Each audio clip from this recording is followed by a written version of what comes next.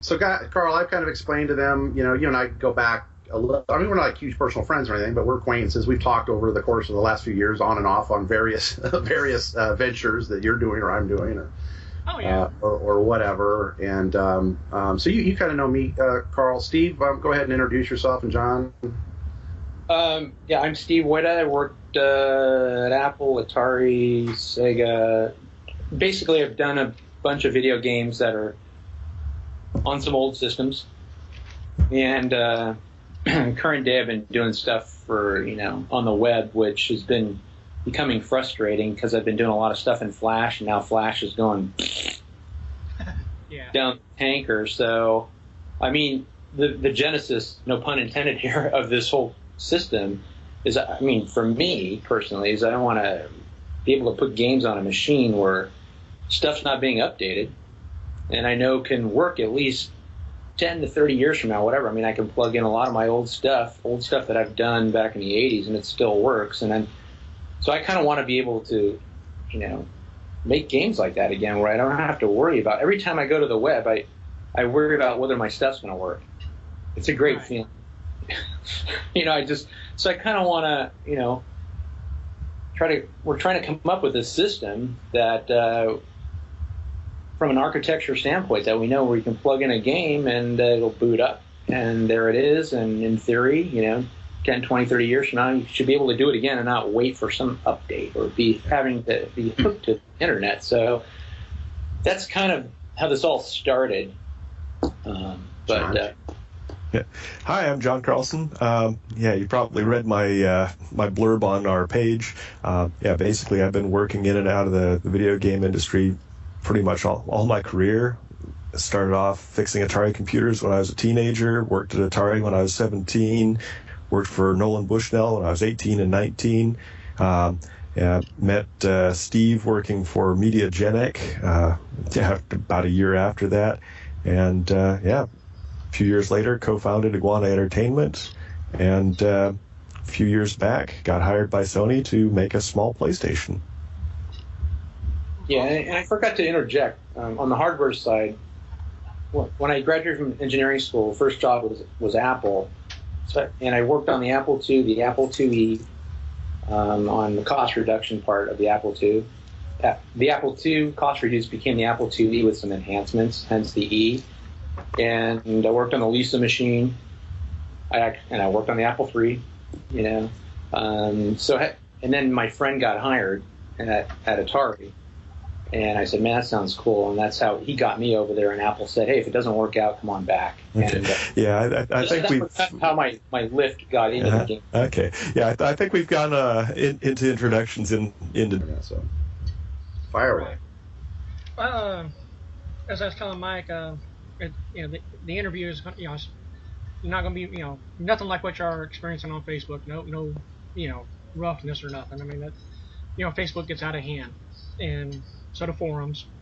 But I got some tough questions for y'all, and I hope y'all have answers. Because, like I was telling Mike, I feel this is an opportunity for us to bring, what y'all's vision to, out in the open, and then for the fans, for them to understand better why things are being done like they are. Mm-hmm. But obviously the biggest question I've been receiving from various people is the price points for the funding levels. Yeah. Can y'all go into detail of why was it 1.9 million? Yeah. Can y'all give a little more detail on where these numbers came from? Sure. Well, at that $2 million, Carl, as we've said, 2/3 of that goes to parts and assembly. And so, again, you can take the $2 million. It's actually much more than 2/3. We don't want to disclose our margin and expose ourselves quite that much, but it is definitely more than 2/3. So our margin is really very thin. Yeah, the bottom line is it is a thin margin, and so to yield, guys, hold on a second, to yield enough operating, capital after the cost of goods come out, to run the business and to lease a small, inexpensive building, and to pay legal and accounting fees, and to do all these things. To pay our development costs. To pay our development costs, and we have software we got to develop, and SDKs we got to develop, and Unity plugins we got to develop and Game Maker plugins we got to develop. We were paying, for the FPGA licenses and also to fund new cores and all of this stuff. And the bottom line is that it's expensive to start a low volume piece of hardware. And, to do it, again, the original pricing, Carl, that you're probably going to ask, back in April, we were discussing, $150 to $200. And, the architecture has changed. That was going to be a BeagleBone Black architected system. It wasn't going to play the scope of games back then that we wanted to play. And we kind of saw ourselves kind of crossing this cost border where it was like, hey, for an extra $100, we can make this thing wide open to bring games from a variety of not just homebrew and small indie developers, but also sophisticated professional indies and hopefully one day mainstream companies, and create a system that will work with a wide variety of game making in programming and development languages and suites. It was originally it was going to be, we had a much smaller vision where it was going to play 16-bit games.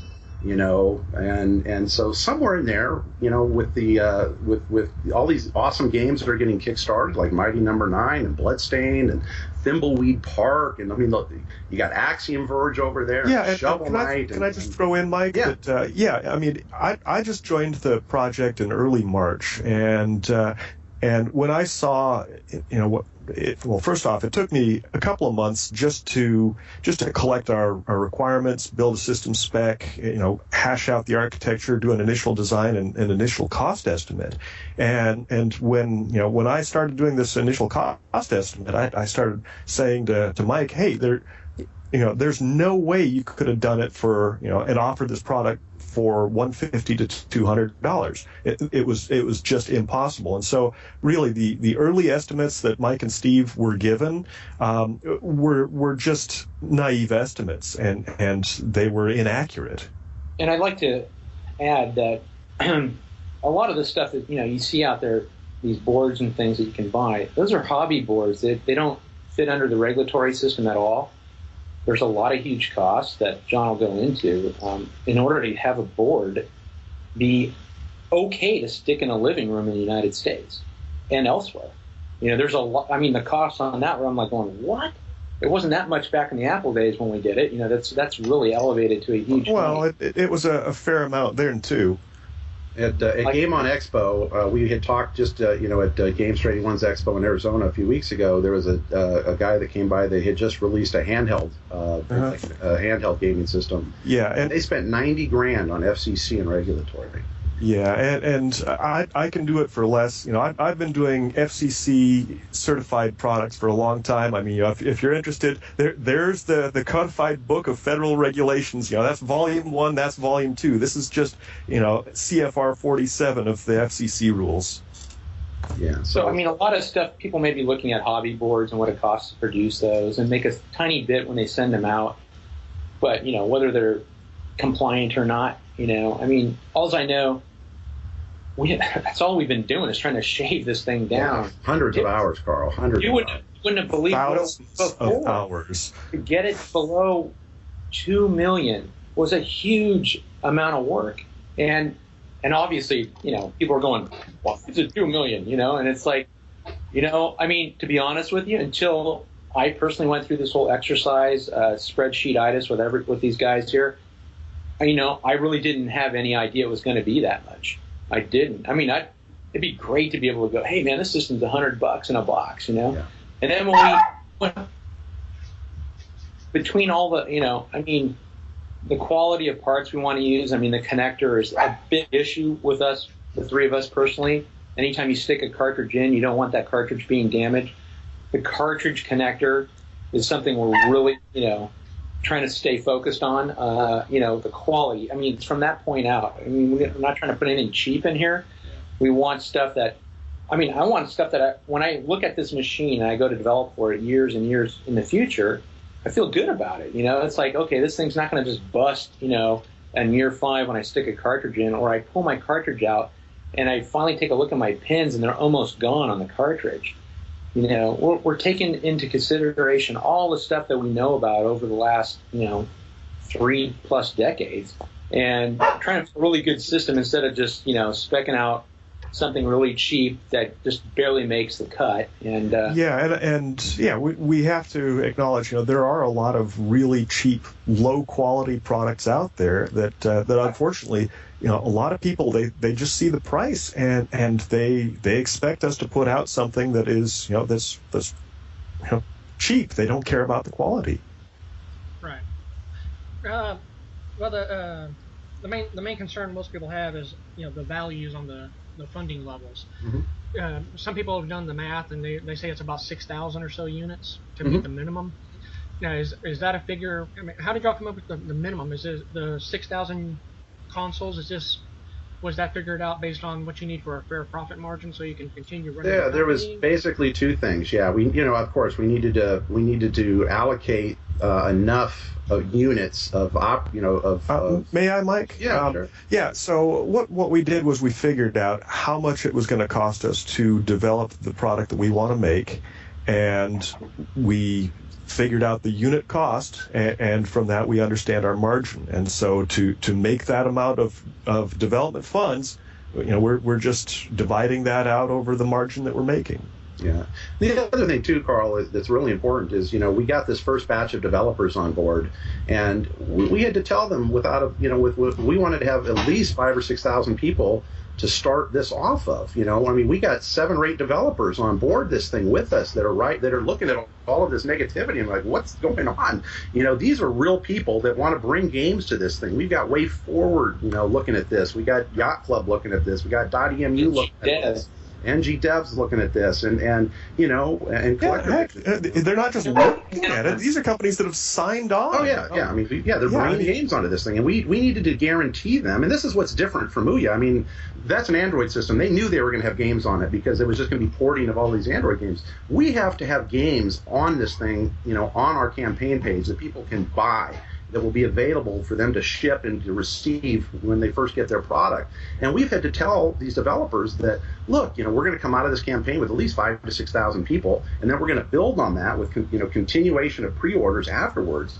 And so there's a little bit of a market here, and that's not even that many people. If we set our goal, at 500,000, number one, that wouldn't have yielded enough money for us to operate on, and number two, that would have not been enough people to get our developers, even slightly interested in this. And so, I had told you, or you had read, that we've had over 150 developers reach out to us. One of the biggest questions early on was, who's going to make games for this thing?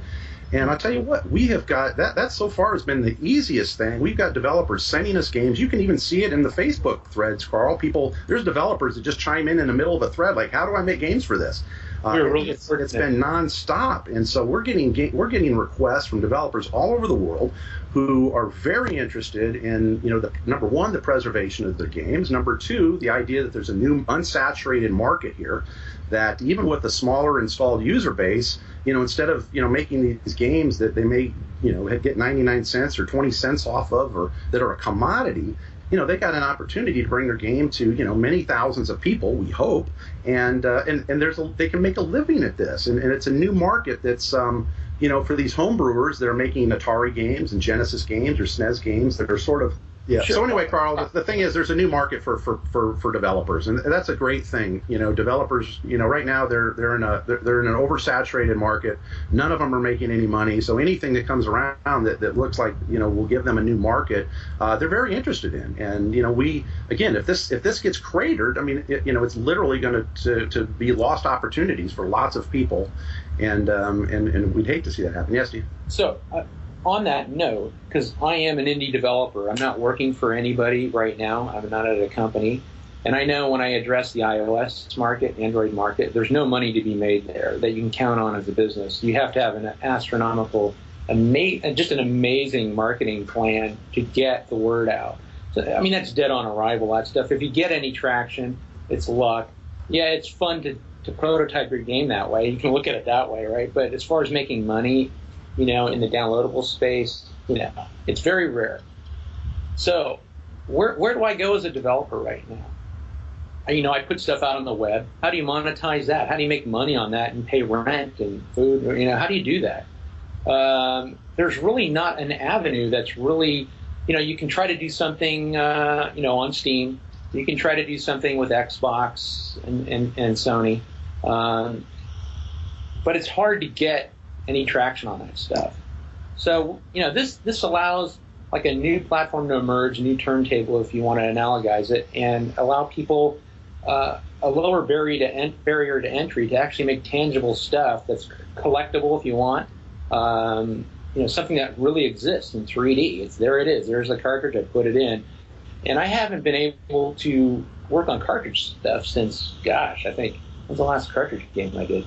The Sega days. And I really miss it. And I think that, all this talk about collectability is really secondary to the real experience that you get with a cartridge. And that is that, you're able to take this thing out of the box, plug it in, turn it on, and you're having fun immediately. That's where I was going with that until, John stepped on my sentence. Sorry, Steve. I couldn't resist.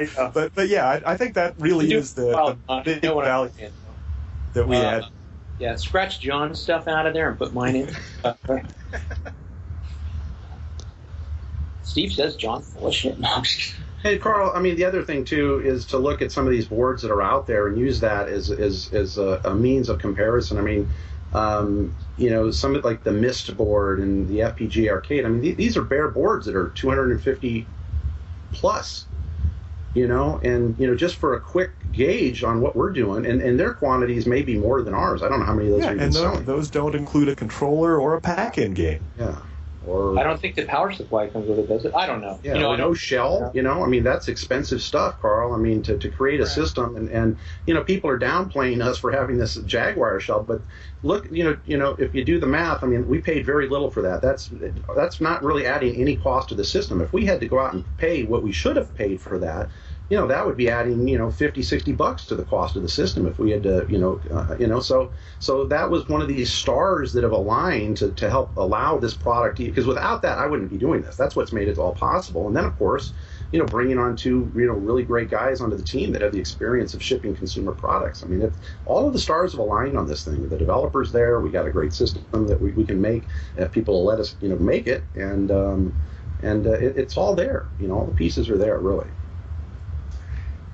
And now we just have to get the snowball starting to roll down the hill and get that funding. Right. That's the antenna. That's why I was talking to Mike. When he popped up on I believe it was Gamester 81. Yeah. John Lester. When you mentioned hey, you were interested, I was like I talked to you last night until about 12:30 a.m. my time, and that's because I want to be able to get all this out. So people can hear in one place, because that's one problem we're having right now, I believe, is everything's spread out. Yeah. With all the information. And like for the Indiegogo page, we need, honestly, there needs to be more. Y'all are transparent, that's great, but there needs to be more detail in the IGG page. Mm-hmm. There needs to be more, detail there, like what, I read somewhere right before I started talking to Mike that there's a third level of funding now. 3.1. Yeah, John, explain the three levels of FPGA and why we. Well, and we can actually bring those down a little bit. What we're trying to do is make sure that that nobody's got sticker shock, and unfortunately, it's one of those things where you're damned if you do, damned if you don't. So we can actually bring those down a little bit, but the idea there is that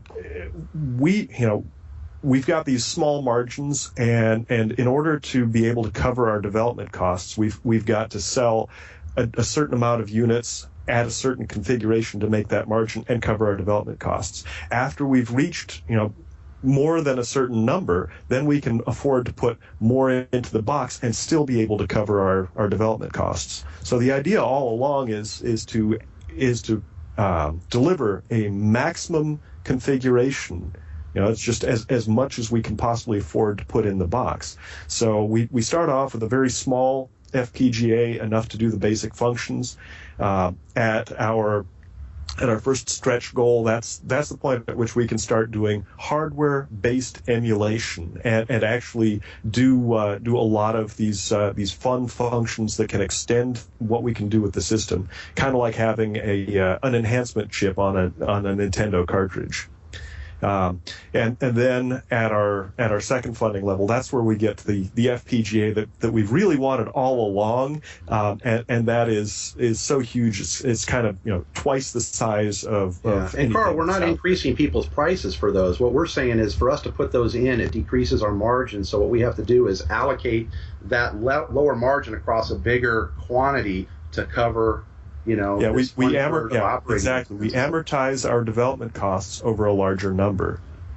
So we're not, that's ultimately, and the thing is, you're right. If we left that in there, Carl, we'd have to start with a $3 million or $3.8 million goal, which we all know is even more ludicrous and high, than what we've got. So again, we've tried to engineer a system that first of all is going to play all the games that we're saying it's going to play on the homepage, right? It's going to play Gunlord. It's going to play all those games through the ARM, and it's great, and ultimately, Steve has wanted to put this FPGA in it, and not to do the old hardware replication, but also to give developers.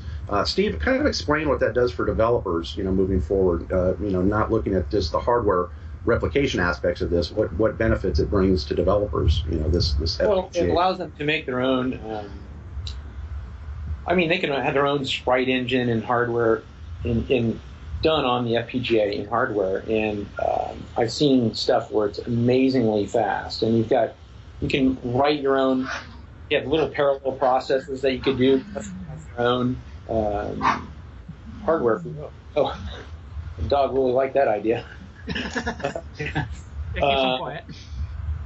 Yeah, so you can basically, like, if there's some hardware you wanted to have to a certain degree, as a software engineer, you could actually write this hardware with the high definition, language, hardware definition language, and create some cool things. Like if you want to just dedicate stuff for particle effects, whatever, you could offload a lot of that to the FPGA. And the FPGA allows us to do this really massively parallel processing in real time that you can't do even with the fastest ARM cores that we're putting in the CPU, because that's all sequential processing. And that was another question I was going to ask you about it. Having an FPGA and an ARM CPU, I don't remember seeing anywhere on the IGG page that they would be able to work together. The way it's worded, it seems like it'd be one or the other. No, they work together. They do work together. All right. Which is another. Yeah, they have some. You can do some really interesting things together. Obviously, fans are going to understand games rather than a bunch of technical talk. Sure. At the base funding, can y'all just ballpark what type of games that would be able to the FPGA would support? Are we talking first generation like Atari 2600?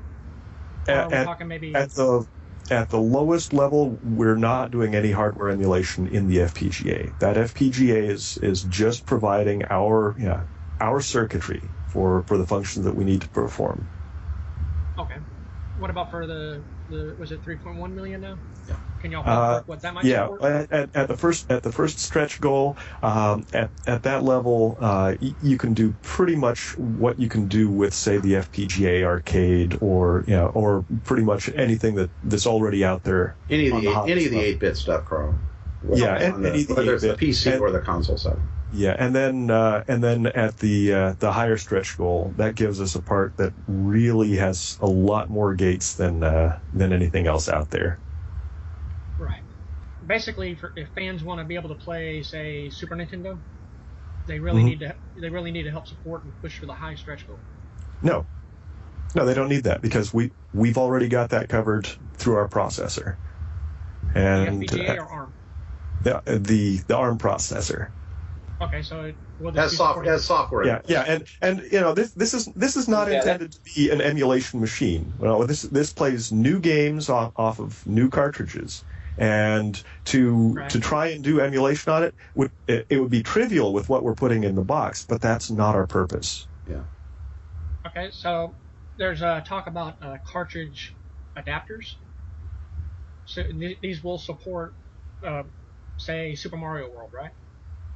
Yeah, Yeah, and whether we need to do hardware-based emulation or software-based or a combination of the both of either, yeah, we can do that trivially through a low-cost cartridge adapter. Right. Do you think it's confusing consumers offering this, or do you think it's expanding the market? Because y'all know, as you can see on the Facebook page. I mean, I understand there's a lot of mudslinging. Yeah. But there are consumers out there that possibly would back this, but they're confused. Yeah. Is this a Retron 5? Which obviously it's not. But they're confused. They don't understand the technical jargon. The byproduct of our system is that it can play those old games if we choose to have those adapters. But as I've said before, I mean there's countless ways to play old games. Mm-hmm. Yeah, I mean, there's tons of ways, and so again, the point from day one on this thing was to play new games, but to have the byproduct of this able to play old games. Certainly that is cool, and that's certainly something, but it's never been at the top of our selling point. What we wanted to try to do when we announced those is to show, to add more value, for the cost that we're to kind of help justify the cost a little more, saying this is something in the future we can bring out that will give this thing the ability to play lots of games right out of the box. But it was never, that was never the original intention of this machine. The intention of this machine is to not do what all these other systems are already out there doing for a fraction of the price. I mean, all these clone systems that are software emulating. Exactly. It's never the point. If you want to buy that, buy a Retron 5. Or buy original hardware. If you want to play a SNES game, buy a used SNES. Yeah, if you want to play a 2600 game, buy a used 2600. Right. I mean, and of course. Yeah, but what's that? But basically, the nature of the FPGA can't allow that to happen. Can't allow that. We don't need the FPGA to do it. My choice for wanting the system to be based on that was to allow developers an easy path to go in that. We're already developing 8-bit titles and television titles, all these homebrew things that were going on. It's like, hey, as we're developing this hardware, here's a path for you guys. You just keep doing the way you're doing it, and then we bring it on to our system. So that was the initial impetus of the architecture with the FPGA part of it. It was like, hey, when I was thinking, what processor do I want in this thing right now that's going to be easy for developers to get their head around? And I was like, oh, wow, this can allow us to replicate as close as possible to some of these hardwares, provided we got licenses for it. So it was a development path for software people so they can keep making their game while we're figuring out exactly how to build this thing so it's within reason and price. And that's been a huge education for me the whole way on this current day parts and stuff. But that was initially the reason for the FPGA. So again, we're trying to build a lot of potential and a lot of expandability and a lot of options for developers into this thing. And and we're really not trying to be all things to everybody. It's just that there's so many ways to make games these days that you want to try to. It's ultimately this all boils down to what games run it. And if we limit this thing to just homebrew and low-level games, which I'm not, these guys are making some great games. They really are. I mean, awesome games. We want to have them on here. But again, there's also these other great games that people are going to want to play as well. And so we want to make a system that will cater to all of that. And we've really got to point out that we're not seeking to just publish homebrew games. No, we're publishing games from proven developers who already know and have demonstrated that they can make great games on classic game systems. I mean, Michael sent me emails from developers that explain to me their tool chain of operation. I'm going, boom, that lines right up with what we're doing. That'll work. There's no huge speed bumps in the way. That has a clear path to it. I mean, obviously, all development paths have some bumps, but it looked like a pretty clear one. So, and then another developer could come at us from left field with, here's the way they build stuff, and then we got to kind of look at that. And, it's very complicated, because everybody likes to build things different ways. And John's, again, we've discussed this. we do allow people to develop their own games on this, and download a free tool chain that allows them to develop for the ARM core, a free tool chain that allows them to develop for the FPGA. You can develop for one, the other, or both. Put all that code onto a cartridge from your PC. You hit the button and you can upload and try things out, get things going. Just like the old days. Yeah, Boom. We're fine. It used to be that it would cost $60,000 or $15,000 to buy a development station from Nintendo, or back when we were starting to develop for the Nintendo 64, we had to buy these giant Silicon Graphics workstations, and this was really expensive stuff. Nowadays, we're able to integrate this development station functionality right into the box. So all you really have to do is just add a USB cable. Right, brings me. That's a good. I guess a good jumping point here. The game engines on PC, such as Unity, Game Maker, and such. How are y'all going to port those to work on the Retro VGS? So there's one company I know that's going to be building a game for us that basically this guy's path was, I think he's using, was it Game Maker, Mike? Yeah. And then he's using that to generate his data, and then he's using OpenGL ES or OpenGL for the graphic stuff, and compiles it down to whatever ARM processor he wanted to use, and that's his development path right there. And so he's using it on a higher level where it's generating data for him as an IDE. So I see, John, you want to chime in? John? No. You got it covered. Yeah. Yeah, the other thing, Carl, again, we're going to have to develop these plugins, and again, this is just something else that costs money. We've talked to Unity, and they don't provide these. They didn't go to Nintendo and say, here's a plugin, or we can output to you. Nintendo had to create a plugin, that the developers will output to. Unity is kind of like the App Store. There's people that make applications for it, and they're kind of open source applications for various things and various, it's kind of it's little open source. People can share things and stuff like that. So, there's plugins for Android. There's plugins for Xbox. Developers can output to any one of these things, and so we have to have an option for them to also output to ours. And again, that's a cost. Okay, so that's my main question. Is like, what would be the process to have like Unity output to Retro VGS? So it's basically just a plugin. We provide the API. Yeah. So if someone wants to write for Unity, you go ahead and write for the Unity interface, and we provide the library. Okay. And that also comes out of our development cost. Now, for the plugins for the various, such as Game Maker and Unity, the plugins, will those cost the developers? Or will these be free? No. That's something that we develop and we provide. Yeah, we want to make it so the intention is you go to our website, you'd be able to download stuff from it. That's my personal want for it.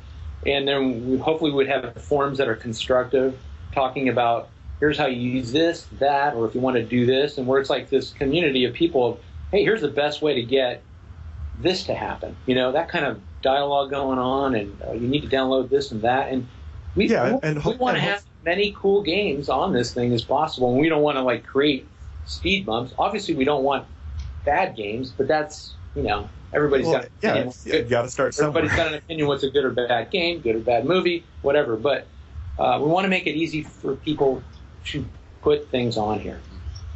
Yeah. All right. John, we had a question from one of the Atari Age forum members. They were wanted me to ask about the new hardware guy. I'm assuming they're speaking of you.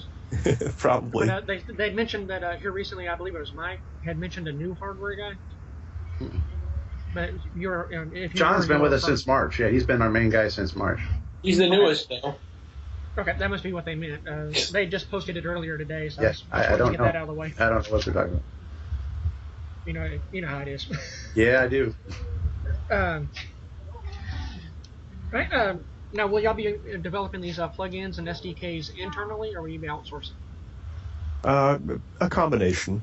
We've got some industry contacts that will probably be outsourcing a lot of this too. The people who really specialize in, say, just the Unity or just the game maker. Yeah, and they're going to want money for it, right? So it's like that's Right. what we kind of allocate this. It's an unknown amount. No, we know. I mean, it's not public. Yeah. Exactly. Right. Yeah, but that's what Steve means. Right. So, I mean, yeah, it's having this stuff written costs money. Or Right. if we do it ourselves, then I can't manage the whole software chain of games that are happening. So we have to like figure out how to best utilize our resources. So stuff's going to have to happen in parallel and be written by outside people, whether they become part of our ecosystem or not, or it's a contract, or I don't know, you know. But we're very particular about who we hire for this. We do a lot of work and a lot of vetting to figure out who we're actually going to go with. Yeah. Let's see. I know everybody's wanting me to ask about Kevin. Mm-hmm. Kevin who? Kevin who? No, seriously. Horn, or I believe his name. I've only known him by the Atari. Yes, we know who you're talking about. We know. Oh, I didn't know which Kevin. I didn't. Here, Carl. So, again, to not stoop to everybody else's level. I mean, this is where we're at with this thing. We've been talking to Kevin for about the past 4 months, or longer. He is. We identified him quickly as being kind of one of the foremost kind of gurus in the FPGA world. We knew that he had already created some solid cores for the 8-bit systems, and we didn't want to reinvent the wheel, so we reached out to Kevin and had some great conversations about paying him what his asking price was for each individual core, and then also letting him know that we'd be happy to help fund the development of any new cores, because right now there's no 16-bit cores or no Neo Geo cores out there. And he had indicated that he wanted to do that, but time and money and effort wasn't there. And we said, well, if we helped fund this, is this something that you would do for us? And it wouldn't be exclusive to us, Carl. We'd let him use it for anything he wants, or anybody else wanted it, or whatever. We were just like, we'd love to help you fund this because we want to use it, and we'd love to use you. And that's where it was all left up until last week. What, he doesn't want to work with us? I don't get it.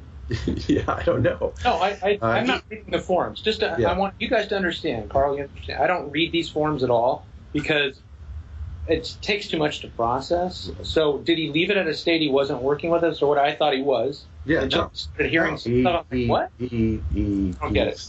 Yeah, he threw us under the bus, and that was that. And but did he say he doesn't want to write the cores? Did he No. John, no, Steve. He's saying that he's going to come out with a competing product. That's the gist of it. Yeah. Whatever. That's fine. But he doesn't want to license any cores from us. That's money. Yeah. I mean, he had. He could have done both. I mean, we wouldn't have. He could have done both. I mean, we had no, and we didn't back out on him. Words got around that we let him go. I mean, he was a contractor that we were going to use if and when we were funded. We didn't want to waste his time up front, until we knew that this was a done deal. We had all agreed that he was going to do these, and we were going to pay him his asking price. That was it. And then, then a few days ago, he's basically, I think he saw us raise, a good chunk of money that first day, and all of a sudden, why I can do that, and again, I didn't want to be brought into all of this. So, whatever, it is what it is. We think that our products are entirely different. For him to do a polished consumer product with FCC reg and cert and the shells and the controllers and the packing games and, whatever output he's putting on that thing and making a polished consumer product, we don't think he can do it. Certainly any cheaper than we can. And, again, it goes back to the MIST board, and this FPGA arcade boards that are very similar to the board he's got. Those are $250 products. And, when you add a packing game, I mean, that adds $40-50 to it right there. You add a controller to it, that adds $20-25. You add output, power. You do all of these things that you have to do, and there's no way he can do it. And if he can, hey, more power to him. But we've spent, I know, a lot longer, time in him as far as actually figuring out how to bring a product to market and how much it costs and all these back end things that we're not seeing that he's got. I mean, just for him to go out and create a shell, which again, everybody, poo-poos this, but I mean, when I delivered that tooling to the injection mold shop here, I mean, and I asked them, what would it have cost me if I were to buy this in today's dollars? And they said $250,000 to $300,000. That's a big expense. And, to go in and say you can do a product like ours for, $50 to $100 less it just seems ridiculous, honestly, but hey, I mean, if he can do it, great, and he may sell a few of them there in the forums, but to go out and try to market this to mass market, I don't see it. We've been over the numbers and our expenses for months and months. We know how much we can manufacture this for, and I'm no stranger to to lean development and lean manufacturing, and we know our costs, and we're skeptical that anyone can do what we're doing for cheaper. I mean, we wish it were zero, but it's not. Yeah. I mean, we're working with ideally realistic numbers. Give these away. We'd love to give these systems away, but we can't.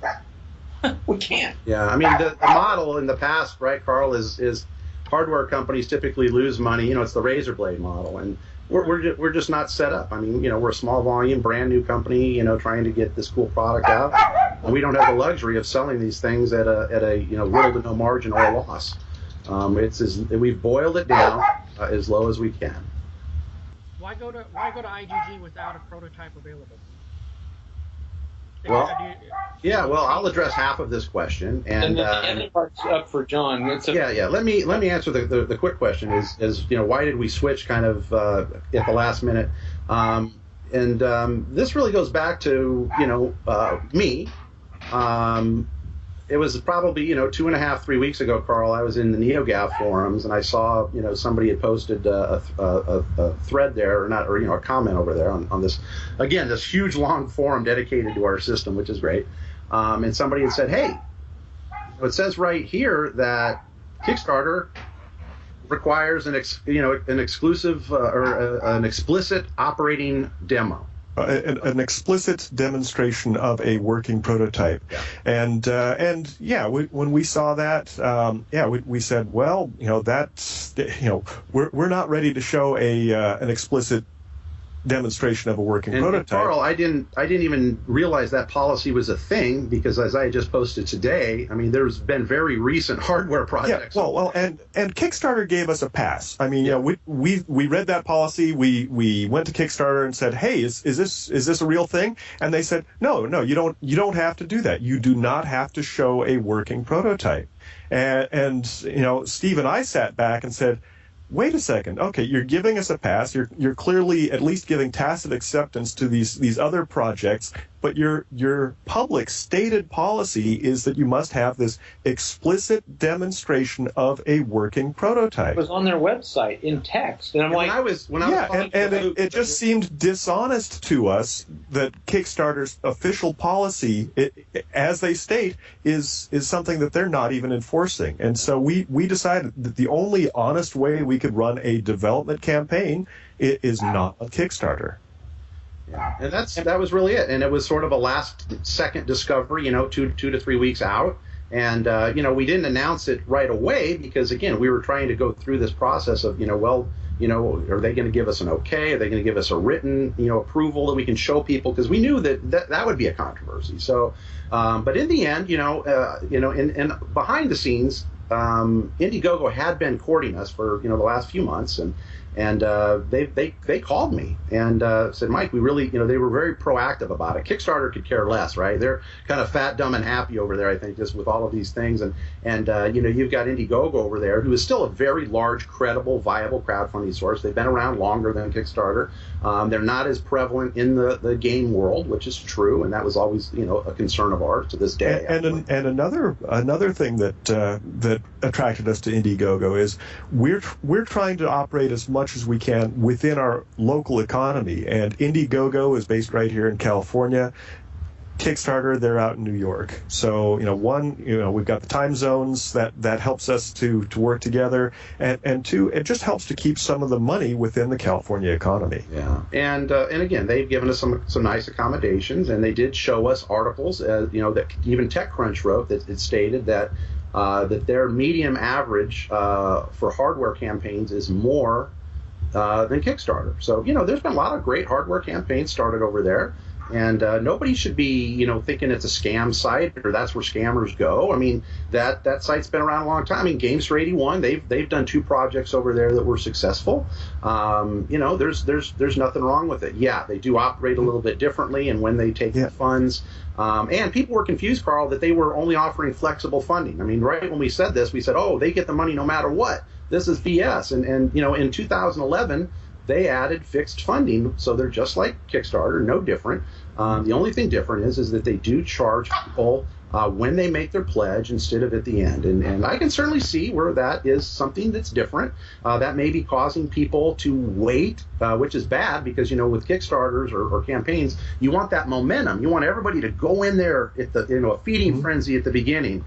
And part of me thought that, we spent a lot of time and effort growing this Facebook group, and this thing's been written about all over the world. It's been viral already. So I thought, part of me was thinking, okay, well, you know what? Normally I'd be scared of this if nobody heard of this, but being that everybody knows about it, bringing it over there, they'll come. Where you build it, they will come. And I thought I could count on people, following us over there, because if you want it, this is where it's at. And so that kind of eased my mind a little bit going over there, since we already had a community of people waiting for this to start. But yeah, I can understand the hesitancy for people to get in, and I think it'll be a real shame if we lose this thing because people just wait. Because again, it's the momentum that we need that we'll get the media talking about this and everything else, and again, they can cancel their pledge, if it gets down and whatever. But right now we're in a negative self-fulfilling prophecy over there, and we've still got 40 days left or 41 days left, which is a lot. It's not that negative. Yeah, I want to add something. Also, the reason I like the Indiegogo thing is because they were willing to cut us a deal that we passed off to the console price. Mm-hmm. When I let everybody know that, because my personal big problem was how much the other campaign wanted to take. It's a lot of money they want to take. And I'm like, well, if these guys are offering to help us in that area and we can reduce the price down any amount. Yeah. I was thinking for the consumer, and I was like, and they're willing to help us promote this thing. It was all the stuff that we needed to hear from the other campaign. Yeah, so like when we hit 30% of our campaign goal, Carl, they were going to send a specific email out to their 2 million registered users about our campaign, only our campaign. And the reason they wait for it to be 30% funded is they want people to go there to see that it's already caught fire versus sending them to a campaign, that's dwindling or it's zero right at the beginning. So they've discovered that if they wait, till it gets around 30% funded, that they have a bigger adoption rate for people to discover it and buy into that campaign. So again, they're willing to do a lot of really neat things for us. Again, it's just and nobody should worry about using Indiegogo. The bottom line is if it's not funded, they get their money back, and that's that. Yeah, and I just want to throw out, we're not into a negative mode right now. I mean, people are still pledging. We've got a lot of people. They're chipping away. The word's starting to get out. I mean, it took us a few days to try and straighten out our campaign a little bit, get our page organized a little bit better, and we're going to keep adding to it. We've got a lot of interesting things that we can announce and show, but we're going to be doling it out and hopefully get that snowball rolling down the hill and let it get really big. Yeah, and the last thing, kind of, Carl, too, is 5,000-6,000 people. That's not a lot of people. You look at some of these other game crowdfunding campaigns, whether they're games or other hardware, that have brought in 20, 30, 40, 50,000, 60, 70,000 people. So in our mind, 2 million was a high goal, but the amount of people wasn't that high. And so, again, we wanted to satisfy the demands of our developers and give them a good starting base. Right now we're getting lots of people adding games to their pledges. These developers are selling these games, which is awesome. You guys can all go into Indiegogo and click. It's visible for everybody to see. You can see what everybody's donating or contributing to this thing, which is kind of amazing that they let that out to the public. But you can click right on there and see a list of everybody coming in and what they're paying. And it's been real heartening. People are buying the games. They're buying extra controllers. It's really great. And we wanted to add value, Carl, into this campaign by giving them those campaign-only colors, So, for that extra $50 from the early bird level of $299, which is a great price for this console, at $50, that's really where we need to be, to cover everything. So we thought if we got to go in at $350, let's give them their choice of colors for free. We're not going to charge them any extra for that. So they can come out of this campaign with a console that is never going to be made again in that particular color.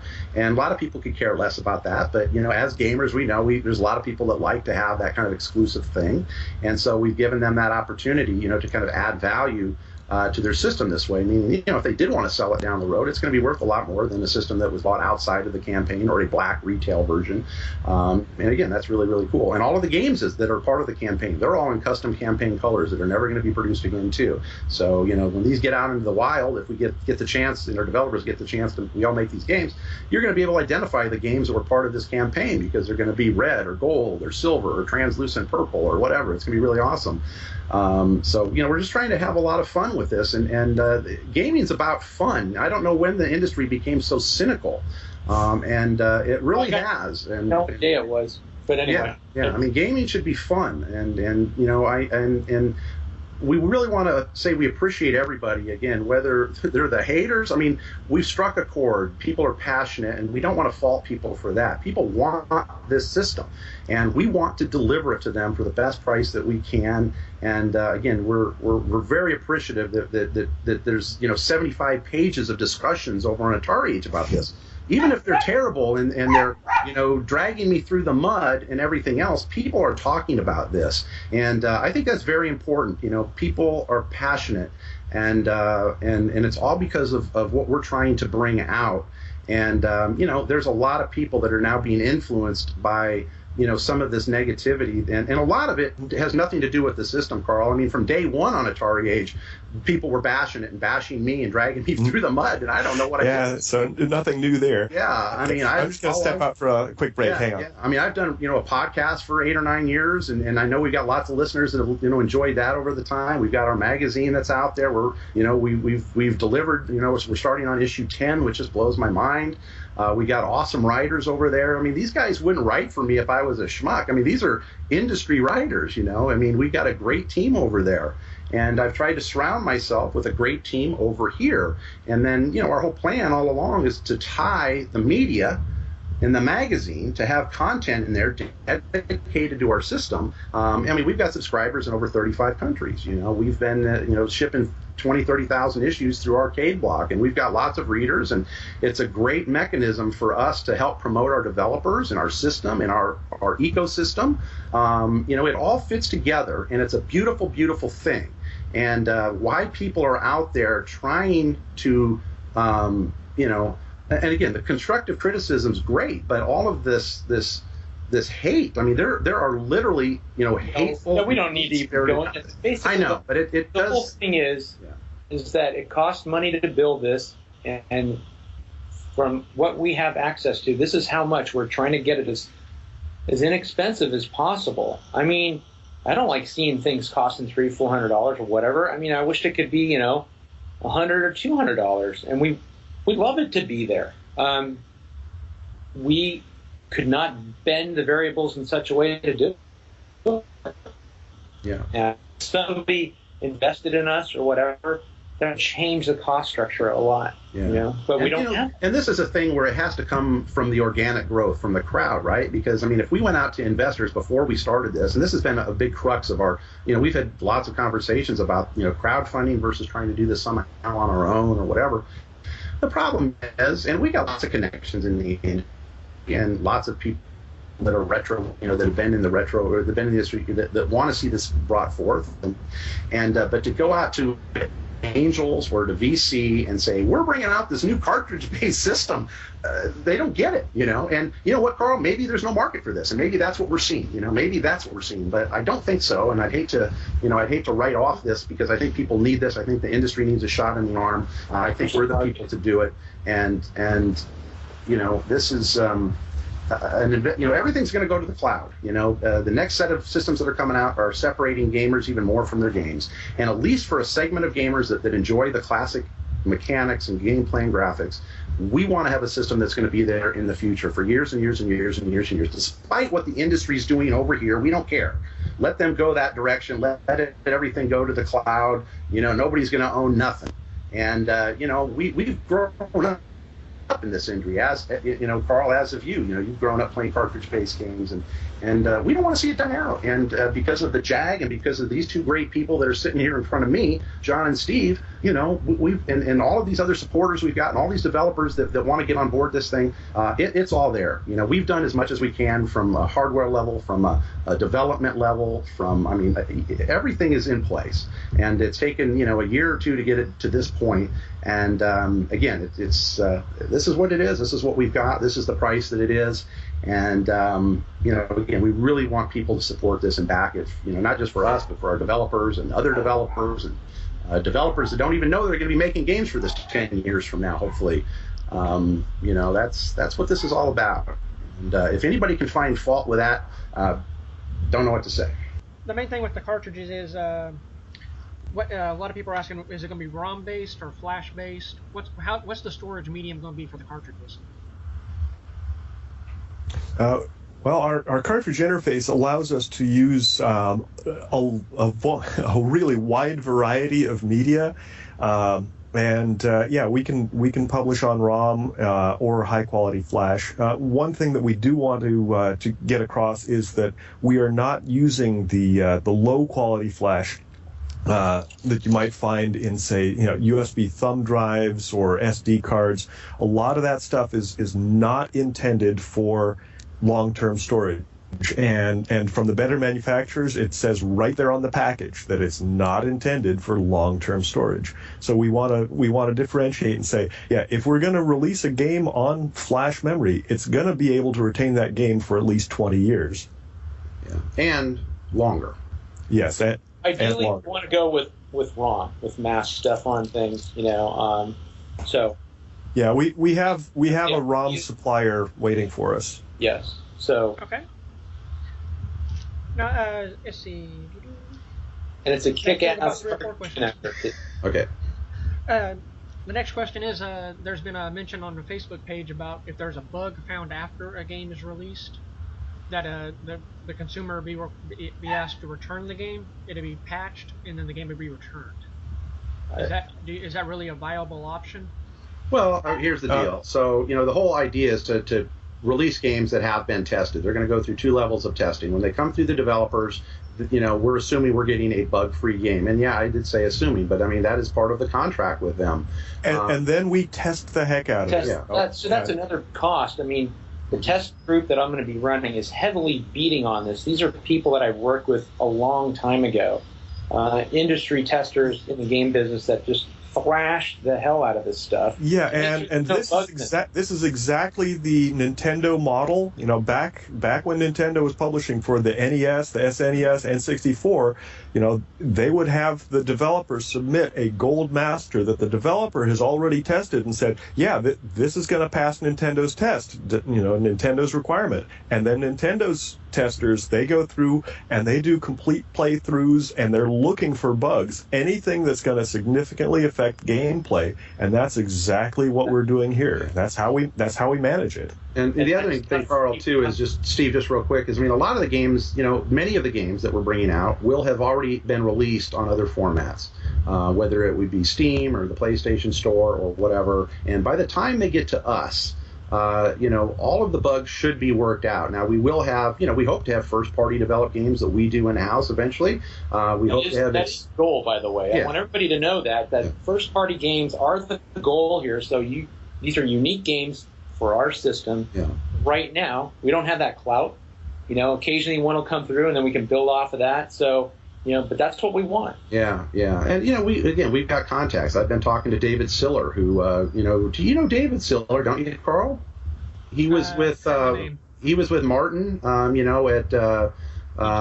EGM originally. He was the first Sushi X, and was in the publishing business. But then David Siller went on to develop was lead developer on Acro the Acrobat. Zero the Kamikaze Squirrel. He did Maximo. And those were games we developed at Iguana, by the way. Yeah, and he's got 40 or 50 games to his credit, and he knows all of the Japanese developers that are looking for work and fun things, and we've talked to David about bringing a team together and working with Steve and doing in-house development of new platformers and new characters, and we've got these great contacts that and these guys are semi-retired, but they still know what to do, how to make a game, and these guys were masterful at it, as was Steve back in the day. And we've got the connections and the contacts, and these guys Gary can Kitchen make games. Right? Yeah, Gary Kitchen mentioned wanting to make a game. We've talked to this thing is going to be real interesting to see what games we can get on this thing from older developers, from new developers, and again, it's just. But again, I guess the bottom line is a lot of these games will be debugged because they've already gone through the ringer. They've gone out. They've been available on other platforms, but they've never been available on cartridge before. Yeah. So, and again, we've got the 2 levels of testing: the developer side, publisher side. And if a catastrophic bug does get out, which again we're certainly going to try hard to prevent that from happening, then at that time we will have some sort of a program to get those games returned and fixed and sent back, without a doubt, if it happens. Games replaced. Yeah. We would be on the hook to replace those games. Now, what the program is, Carl, who pays shipping and all of this stuff. I mean, this is a long way down the road. Yeah. And we will make it easy for them and inexpensive for them to do it.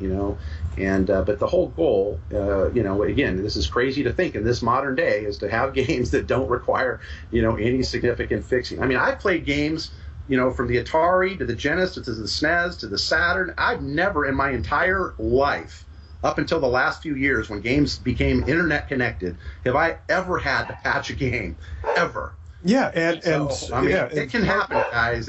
Part of our message here is that the internet has made game publishers lazy. Yeah. I mean, bottom line, I've never worked any game company I worked at. The games were so completely tested to death. I mean, it was just huge. I mean, Kid Chameleon, that got tested to death.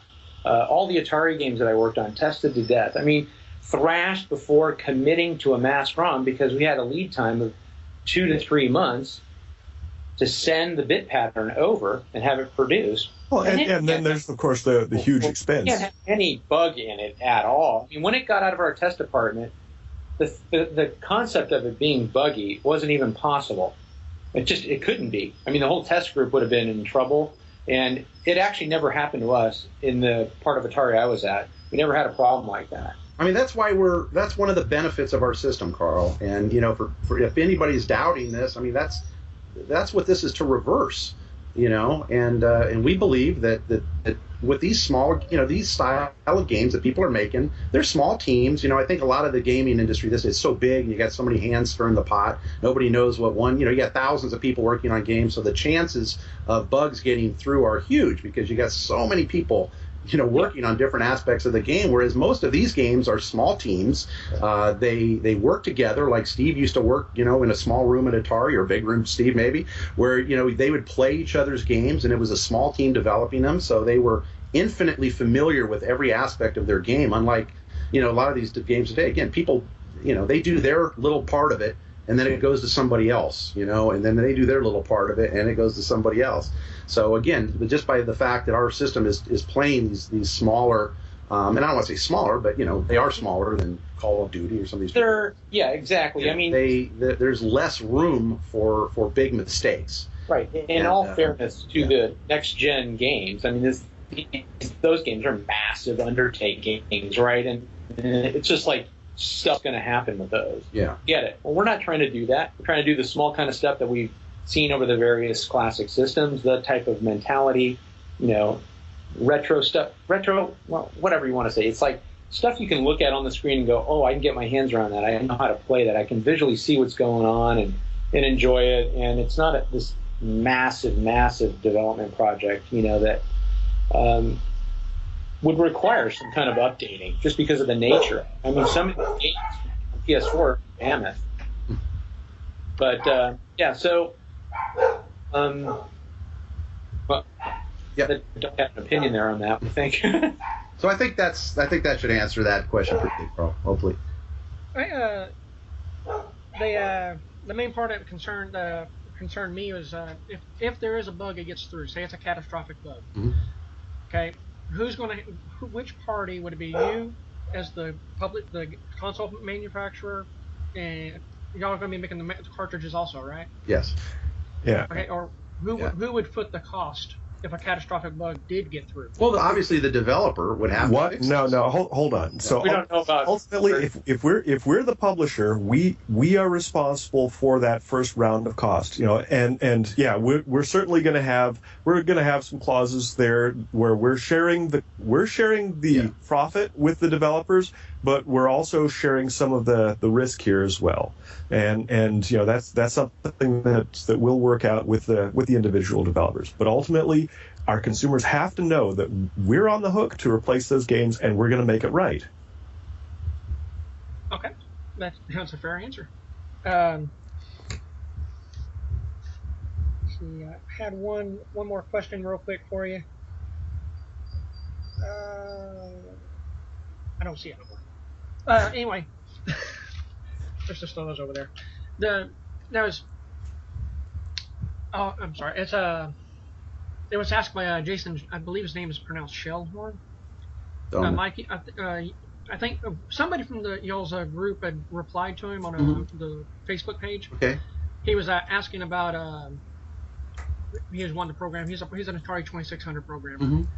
And anyway, he asked me to ask, as far as getting the game on y'all's system, how will it work for someone like in his case that's he may only need a couple of cartridges. Will he be pre-purchasing the cartridges and then selling them would be up to him, or will there be some kind of code sponsorship deal? Well, we've got several options for publishing.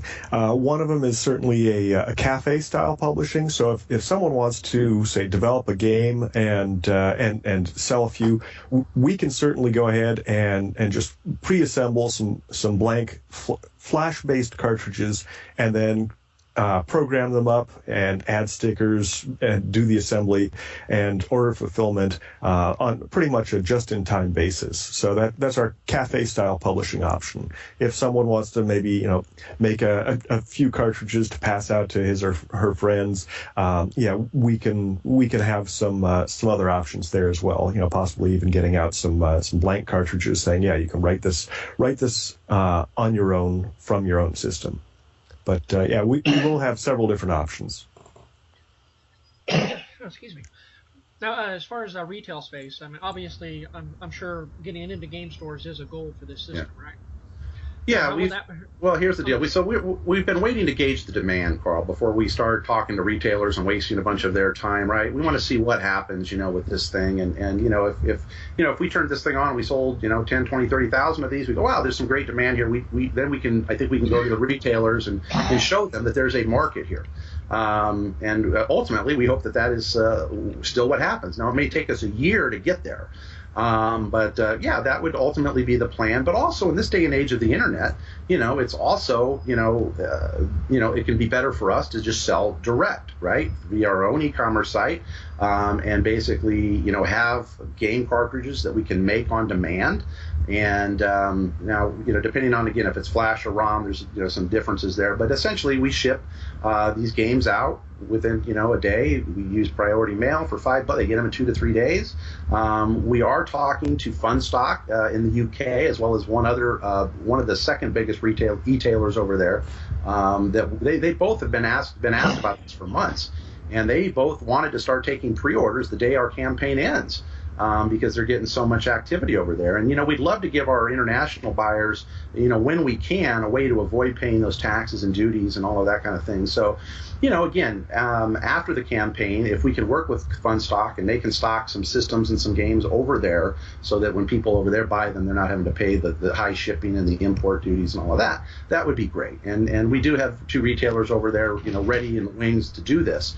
But over here, again, probably for the first year, we sell direct to consumer and kind of grow our installed user base as quick as we can, like independently, and then make a decision, on our own. Now, hey, if this thing sells a bunch and GameStop came to us and said we want to buy 500,000 copies and hey, all of a sudden we can lower our price because we've got that huge volume, that would be great.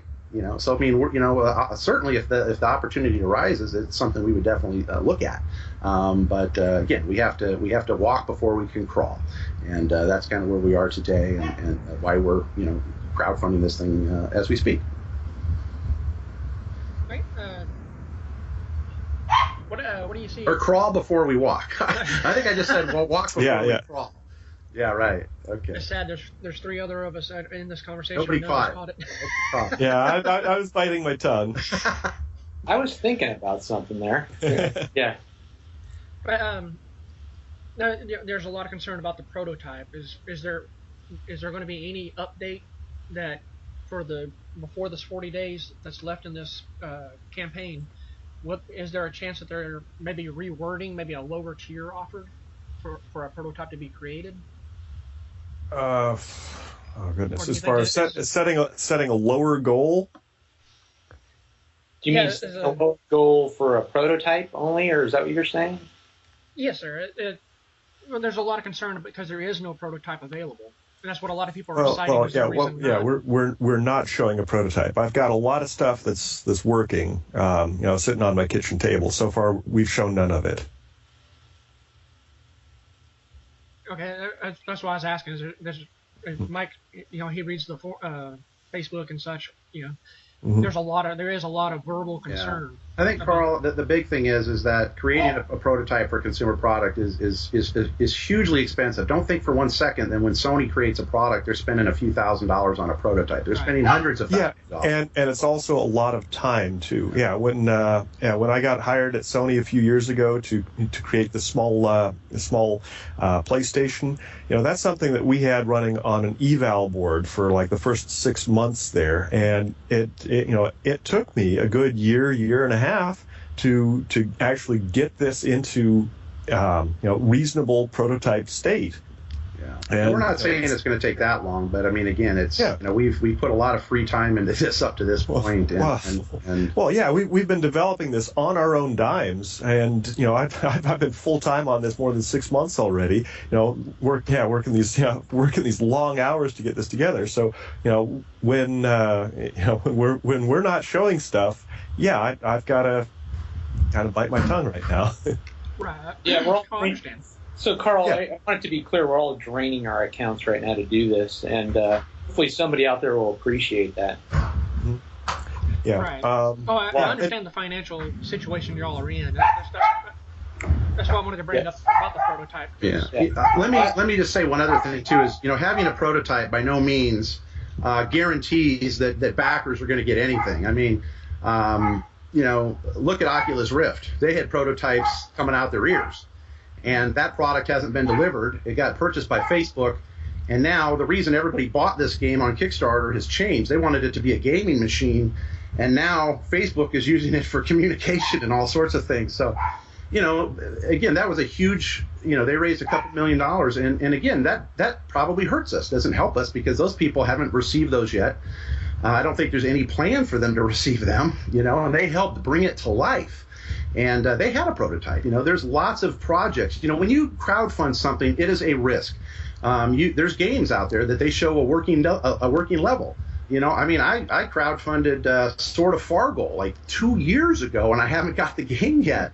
And now I love Jeff McCord. I'm not, yelling and screaming at him every day because I haven't got this game.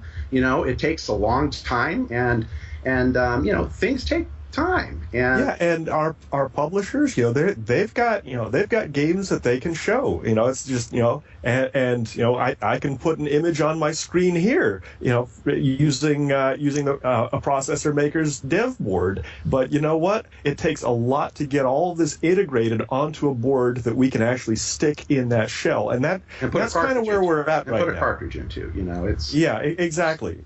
Hence. The crowds. It's like I mean, I've got circuit boards, bundles of wire, lots of test equipment, and it's an ugly process that I'm sure most people are not even going to understand if they see it. If they see a bundle of wires, they're going to say, hey, it works, but it doesn't fit in the Jaguar shell. Yeah, so that's kind of where we're at. You know, and again, we didn't, you know, not bringing Ouya into this because again, but they use crowdfunding. That's where the similarities stop. Okay, right off the bat. But they did not show a prototype either. She said they had one, and they showed a dev board. But I know we're not going there. But we're being compared to that. So I just wanted to quickly say, if you go and watch their video, no prototype. It was smoke and mirrors. I don't personally. I don't care what anybody's doing. I just know what it takes us to do this. Yeah. And so this is where we're at, Carl. We're trying to raise this money to build it, and hopefully it works, you know? Yeah. And it's been designed. We're ready to rock. We got suppliers ready to get us parts. We got contract manufacturers and board, PCB assemblers and board makers they're ready, waiting, and willing to hit the ground running. You know, I kind of thought maybe if all things went great, we'd hit our goal in a couple of weeks, and instead of waiting for the 45-day campaign to go out, we could start rolling. You know, and instead, you know, we're battling all of this stuff that you know, I guess it's par for the course when you're transparent and you're doing a crowdfunding thing. I give Steve and John a lot of credit for coming into this with me, because this is not how they're used to operating. You know, they're used to operating for big companies that have more money than God, and you know, they can go out and do or not. I've bootstrapped. Well, John started, small business, you know, that grew into a very big business. Yeah. We're running a hard stop here. You know, we really didn't have more than an hour. Yeah. I gotta go, guys. I'm sorry. Yeah, we gotta call it. We can go ahead and finish the interview here. Is there, Steve? Let's start with you. Is there anything you want to say to the fans? Oh well, I hope you guys like what we're doing, because we're trying to make a ROM-based system here, old school style that loads, you know, instantly when you plug it in. Hopefully an avenue for indie developers and a new source for games to come out, you know, and stuff that doesn't rely on updates. That's what we're trying to do. That's about all I got to say, and I hope we can do it. John? Well, no, I basically agree with Steve. You know, what we're trying to do here is trying to bring back some responsibility in game publishing and just not wasting people's time and money in trying to, you know, force these updates, force them to be the game testers, and we want to build something that just brings fun back into video gaming. Yeah, and I'll end by saying, you know, again, just thanks to everybody, regardless of all of the drama that's out there. Again, you're all passionate, and as are we. As I hope you can tell, it comes through on this, and we all want the same thing. And you know, I'm just here to say I really believe we've got the team and the product that can do this. And I don't know if it'll ever happen again, really. And lastly, you know, again, I want to bring some of this culture back for, you know, even the younger gamer generation, to give them an opportunity to have a wall full of games 20 years from now that means something to them. Yeah. You know, that's something kids these days, they don't know, you know, they're not looking not far ahead. We didn't, you know, much joy it's brought us all over for the years, and you know, that's the sappy answer. You know, it's I get pretty emotional thinking about it. We're really passionate. We really got an awesome product, you know, and it's going to be a shame if a vocal minority cratered this deal, and that's really it. You know, we're really trying to do a great thing and bring a lot of fun to the world, and you know, how people can turn that around, it's pretty amazing. Well, gentlemen, I appreciate you taking the time to answer questions and discuss this. Hopefully, we'll clear some of this up for the fans. I can't hear you. Okay, now hear me? Thanks, Carl. I think we're losing our connection a little bit here. But feel free to email me or text me. I think we are. Yep. Thanks everybody. Bye-bye. Bye.